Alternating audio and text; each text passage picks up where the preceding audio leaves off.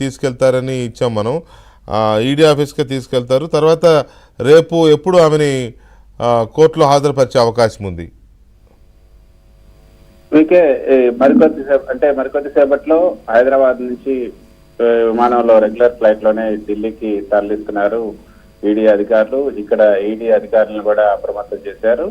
అక్కడ నుంచి ఏదైతే అరెస్ట్ కి సంబంధించినటువంటి సమాచారాన్ని కూడా ఇక్కడ ఈడీ హెడ్ క్వార్టర్స్ కూడా తెలియజేశారు. ఇక్కడ అధికారులు కూడా అప్రమత్తమయ్యారు.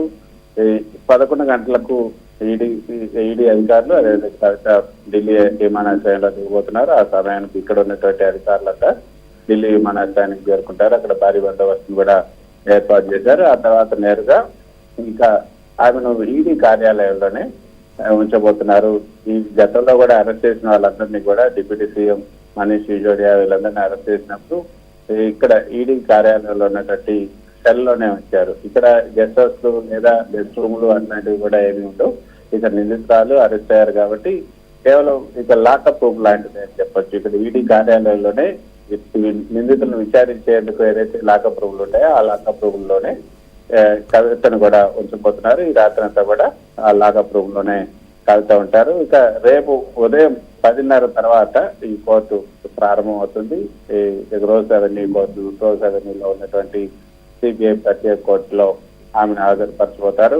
ఆ సమయంలోనే కేజ్రీవాల్ కూడా హాజరు కావాల్సింది కాబట్టి మరి ముందు కేజ్రీవాల్ హాజరైన తర్వాత కవితను తీసుకెళ్తారా, లేకపోతే ఈలోగా మళ్ళీ ఏదైనా కొన్ని ఫార్మాలిటీస్ ఏవైతే ఉన్నాయో వాటన్నింటినీ పూర్తి చేస్తారా, కొన్ని మళ్ళీ విచారణ అంటే రేపు కోర్టులో హాజరుపరిచే ముందు రిమాండ్ కి సంబంధించినటువంటి రిపోర్ట్ ను కూడా తయారు చేయాల్సి ఉంటుంది.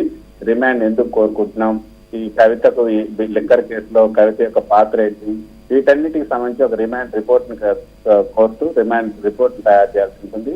సో వాటన్నిటికి సంబంధించి కొంత సమయం తీసుకుంటే మధ్యాహ్నం 2 గంటలకైనా కూడా ఆమెను కోర్టులో హాజరుపరిచే అవకాశం ఉంది. అయితే ఎన్ని గంటలకు హాజరుపరుస్తారు? ఇందాక మీరు చెప్పినట్లుగా సాయంత్రం 5:30 వరకు కూడా సమయం ఉంది. 5:30 24 అవర్స్ లోపు ఆమెను కోర్టు ముందు ప్రొడ్యూస్ చేయాలి కాబట్టి మధ్యాహ్నం 2 గంటలకి లేదా 3 గంటలకు కూడా ఆమెను కోర్టు ముందు హాజరుపరిచే అవకాశం ఉంది. ఈలోగా కేజ్రీవాల్